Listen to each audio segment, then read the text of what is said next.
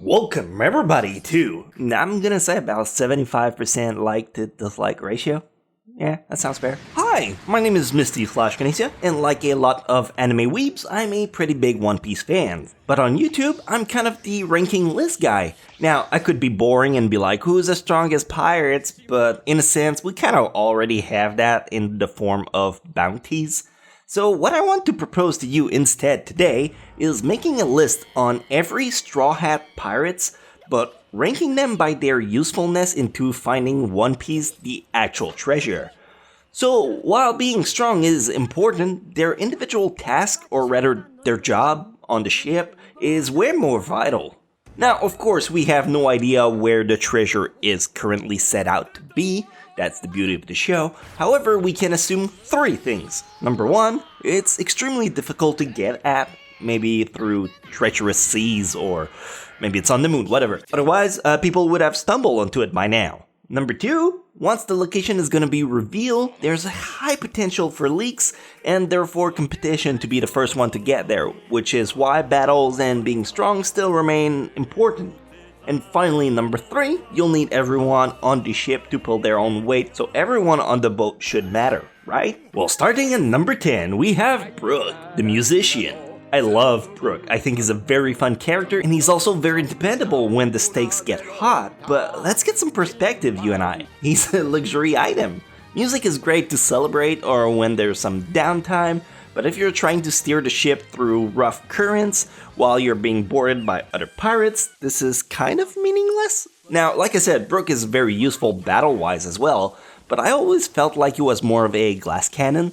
Great offense, but he can't really take the hits that well. A few punches and he gets all cracked up, and well, you got a limited amount of milk on board. Plus, you can't forget that he's also a devil fruit user, which makes him confined to the ship or land. Hitting the water is a straight game over. He would sink like an anchor. So again, I really like Brook, but someone's gotta be number 10, and I feel that all in all, I don't think he's useless, but more of a luxury grab for the team. Speaking of amazing luxury item you shouldn't have to live without, this video is sponsored by Surfshark. Surfshark is a VPN, whether it is to watch anime, TV shows, or movie. Everyone hates having to deal with regional locks. With a VPN, you can move your location around the world super easily. You normally live in the Philippines, hashtag Philippine represent, boom boom. Now you're in America. It's not only incredibly useful for streaming, but it's also a great way to have additional security on your computer and prevent any kind of data to get hacked. Their price is stupid silly. If you use the coupon code MISTY,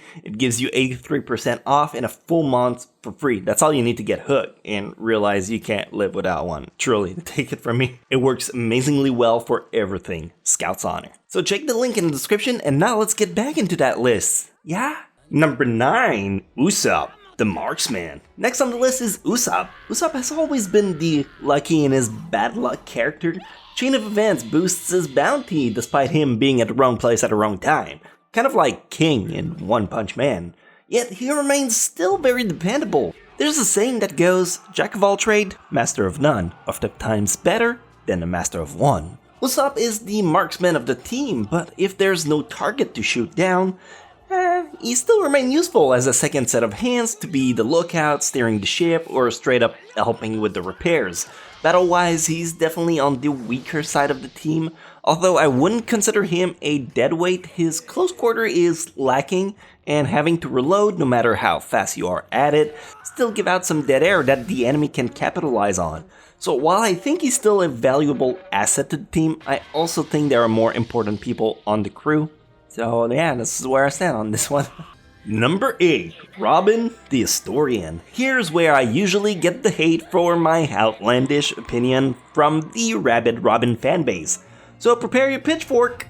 I don't like her. The only reason she outranks Usopp and Brook is because she's the only one who can read the poneglyphs, which are the roadmap to One Piece. I get it. Without that, there's no way to the treasure. But at the same time, does she really benefit from being on the ship whatsoever? Indulge me. Let's assume they can take picture of the glyphs when they get to it, or they bring the whole stone, or whatever, and have it relate to a random merchant at whatchamacallit island that can read it and decipher it. So they do that and tell you the way to go. Bada bing, bada boom. She doesn't need to be on the ship per se. Of course, her tagging alone simplify it, but let's be real. On the deck, she doesn't do much except tan a lot. Battle-wise, she suffers from being a double fruit user, so just like Brook, she's weak in the sea and is kind of low tier. She's good for taking care of the grunts, but you never really send her out to fight anything that's actually a threat. Besides, most of the time she's usually off doing her own thing and meet up with the crew upon leaving the island. But in her defense, she's not a scaredy cat like half the party, so I guess that's a perk.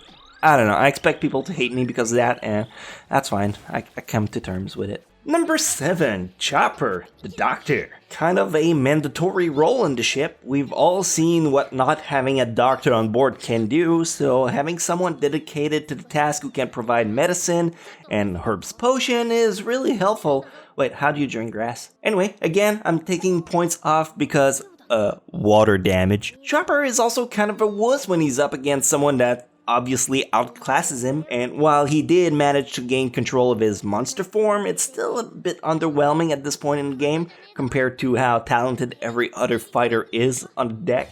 His job is the only reason it, excuse the pun, keeps him afloat in this ranking. If he's not there to heal the injuries after big battles, they won't make 2-step towards the treasure. Just my 2 cents. Would you put him higher? Lower? Tell me in the comments below. Number 6, Frankie the Shipwright. I gotta show my love for Frankie boy. You might think rank 6 is low, but at this point, everyone is crucial to move on. Being the shipwright, or if you want the technical term, the boatswain, Frankie is in charge of keeping the whole integrity of the Thousand Sunny. If your ship sinks, GG, half your crew can't swim, including the captain, and thus not having anyone who can provide repair to your ship mid-voyage is downright detrimental, near suicidal. In terms of firepower, Frankie definitely holds his own. While not at the top, I'd rank his strength slightly above Sirius Brook, just because he can actually tank hits quite well. The only way he would become obsolete would be in a scenario where the ship is not needed, which I don't really foresee being the case. So rank number 6 is my final answer for this massive unit. Number 5, Jimbei, the Helmsman. Jimbei is the most recent official addition to the crew. When he joined, he took the official position of Helmsman, which is in charge of steering the ship. Being a fishman, the water current knowledge is second to none. In my endgame scenario, I expect the final island where the treasure is hidden through to be a chaotic archipelago of nightmare, storm, and currents. A good driver would be absolutely essential to not get shipwrecked. Furthermore, Jimbei is probably the 4th strongest fighter on their team. His raw power shreds nearly anyone he's up against. He's also the best one to fight in the water itself, which again, still compose 60% of the anime. His loyalty to Luffy is something I also value quite a lot, because to reach One Piece you'll need to have everyone pull their own weight. Except Robin. Keep tanning, girl. Number 4, Nami, the Navigator, and the second mate. There's no hiding it, Nami is a really weak fighter compared to everyone else. There's no way she outshines Jimbei, Frankie, or even Brook if he really wants those panties. So how come she ends up so high on this list? Well, like Chopper, it's more about her job position than her battle potential. Nami is the second mate of the crew, not because she got picked second, but because she is the navigator. Her job is to make sure that despite them knowing their final destination, they can actually reach it. Her knowledge of weather, maps, and overall orientational sense are crucial to get anywhere. Her job is one of anticipation. She's active, while Jimbei is reactive. They're the one that will need the most synchronicity to make it to the end. Number 3, Sanji, the cook. Yet all of that is in vain if they all starve to death before they reach the final point. They'd literally all have scurvy since Arabasta if they didn't have Sanji on board cooking meal and making sure everyone's got that vitamin C, D. I forget which one it is, but yeah, don't get scurvy. If Nami and Jimbei must team up, I feel like Sanji and Chopper are the one taking care of the well-being of everyone. He's also a very potent fighter to boot as well. Brook is the freeze glass cannon, Nami is electricity, Usopp is arguably earth, and Jimbei has the water power, so that leaves Sanji as the fire user of the elements. He's the fastest fighter, a speed demon, and having his skywalk, that's also very useful underwater. I truly can't undersell his value. I would love to see anyone argue how any other crew member would deserve his spot more, cause I think he's pretty important. But hey, what say you?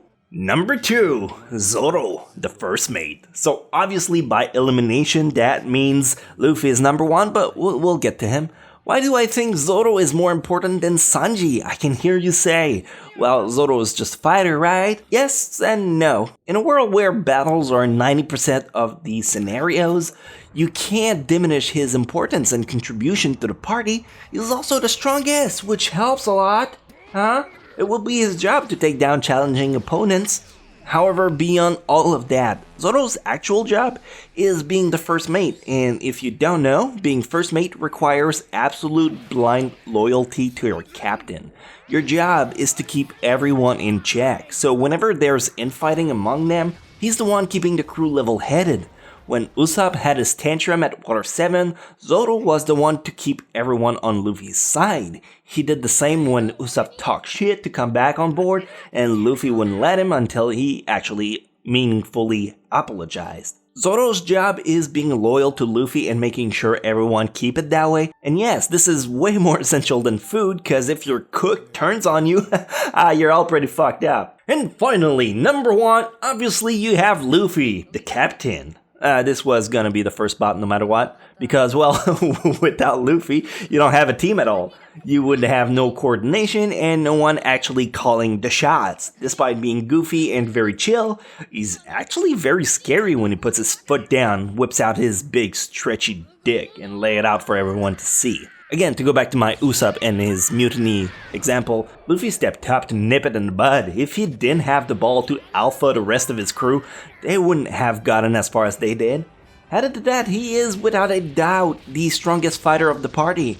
Zoro's got him beat in raw strength, but there's more to battles than just power. Luffy's got rubber, haki of the king, foresight, armament, gears, and that's not even counting the awakening powers we got teased with the flamingo. Plus, Luffy also has the most quote-unquote thinking outside of the box wits, which I always considered a very solid skill to have in battle. So these are my reasoning for why I believe Luffy's crew is the perfect balance to be the one to find One Piece in the end. Of course, like I said, I think some people are more paramount than others, but at the same time, if there's just one person missing out of these 10 people, you've just critically injured your chance at actually finding the treasure, so keep that in mind. Let me know what you think. Which order of importance would you give the crew member if it was up to you? If you enjoyed this video, give me a thumbs up. I want to aim for like 10,000 likes. That sounds very impossible, but I love to see it happen. Make sure you subscribe and follow me on Twitter or Discord, where you can talk to me more one-on-one on either of those, if you'd like to get your point across. Also, don't forget to check out Surfshark, or sponsor of the day, for the best VPN with the best deal on the market. Do your own research if you don't believe me, they absolutely kill it. Thanks for watching, and I'll catch you guys next time.